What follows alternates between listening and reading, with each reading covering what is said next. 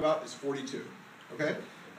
Let me say something about what the Arkansas economy is really going to look like under the private option. And it's sort of a fact, right? Under the private option, you get Medicaid coverage up to a certain point. If you earn too much money, you kind of outgrow or out-earn Medicaid. And so the way it works, for instance, if you're getting paid $7.50 an hour and you work 42 hours a week, that's just a little too much. And you know, that's okay. But if you think a little bit about what happens when people start to have their wages raised, the more their wages get raised, it's going to happen, they're going to outgrow or get disqualified for Medicaid. So you get paid an hourly wage of $8 an hour, you can only work 39 hours a week. You get paid an hourly wage of $9 an hour, you can only work 35 hours a week. You get paid a wage of $10 an hour, you can only work 31 hours a week. And that's fun. It's not as if someone's going to come grab you and say, stop working. What's going to happen is you're going to lose your health care coverage. So under Medicaid expansion, employees who earn too much money or who work too many hours are going to face a set of unpleasant choices. They can quit. They're not going to do that. They can work fewer hours. They're probably not going to do that. Realistically, a large number of employees who face such choices may opt to preserve Medicaid coverage by reducing the hours that they legally work.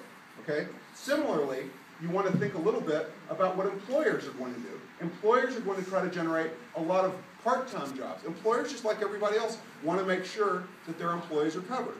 And so employers can split a full-time job between several part-time workers. And so there are strong incentives to create several entry-level part-time jobs. There are less incentives to maintain employees. There are less incentives to train employees. There are less incentives to keep employees. There are less incentives to create career jobs that reward well-trained or high-performing employees. And so, of course, employers are going to pay what we call an Obamacare fine, something like 8 to 14%, depending on kind of where the hourly wage is, if they don't provide health care coverage. And so you've probably heard the statistic that if we have the private option, okay, this means that employers are going to avoid $35 million in penalties. Well, I gave you a big number. I apologize for that. But think about what that means. Think about what the admission, think about what kind of admission that is. That means that supporters of Medicaid expansion advocate changes to the Arkansas economy, which in my view is going to lock a large number of working class people into part-time and low-wage jobs. So if you think about what this creates, I want you to think about kind of like a hole in the ground. This means over here you're going to have people with low-wage jobs, and over here you're going to have people with high-wage jobs. And it's going to be very difficult for people to cross that hole. It's going to be very, very difficult for people's salaries to grow over time the way they customarily do in an environment of economic growth. Because it's going to be highly unusual for low-wage employees to leave Medicaid coverage and instead receive coverage from their employers. Because employers don't really want to shoulder an additional cost for nothing for 8 to 12%. And so I worry that under the private option or expansion, you're going to see the kind of economy that you see in places like California, where the middle class is leaving. You're going to see the kind of economy that you see in Europe, where you have a much higher rate of young adult unemployment, something like 150% of what we have here. So I worry that the creation of jobs that we think of as necessary to build a life on, and raise a family on, is really going to be kind of endangered by Medicaid expansion. What we're going to have is we're going to see the same sort of thing that we've seen in welfare design. You may have heard of a term called the welfare trap. This means that if you get benefits while receiving welfare, if you work too hard while receiving welfare, if you earn money while receiving welfare, you fall in the welfare trap, and there's no incentive to get out of the welfare trap. This kind of Medicaid is something like welfare. It's something that's given to you by the federal government, and there's a danger that it traps you. Just make a quick point. I know you're chomping at the bit there. I'm sure you're going to refute what he said, right? Oh. Well, first of all, I think Dan has his piece. Be honest. Yeah. Refute that. Wait a minute. Wow. David? Wow. Hey. First of all, if you want to read... 2 minutes to respond, because that was the question, and then we'll give them a minute, and then we're going to move on. I'm going to be very quick. So if you want to read, there were a lot of numbers in what Dan just said. If you want to read his argument in full, just Google how Medicaid expansion and the private option will lock its clients into poverty from the Advanced Arkansas Institute. It's like 2 or 3 pages. It has all the numbers that he talked about.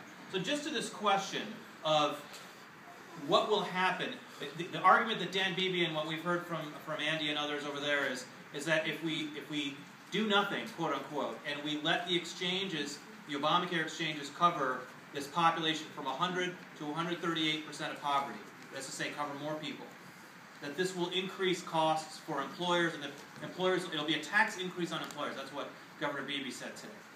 Now, those estimates are only true, first of all, they only apply to a very small subset of businesses, because they're only businesses that employ people in that income bracket.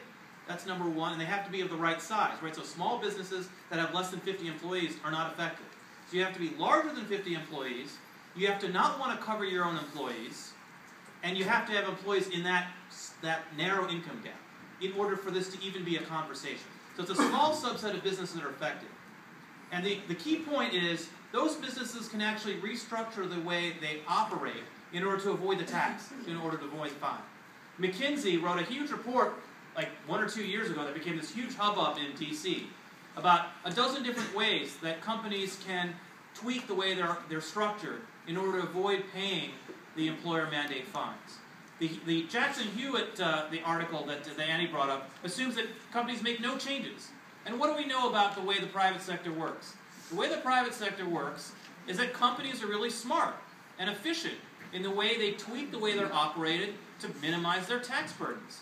We do this as individuals, companies do that. That's why whenever we have big pieces of legislation, the spending is always higher than the government bean counters predict, because people take advantage of the subsidies, and the tax revenue is always lower than the bean counters project, because companies and individuals are smart about how they restructure themselves to avoid paying those taxes. So I think I think that there's a lot of numbers being thrown around that are not accurately reflecting how companies will change the way they're structured to respond to those incentives.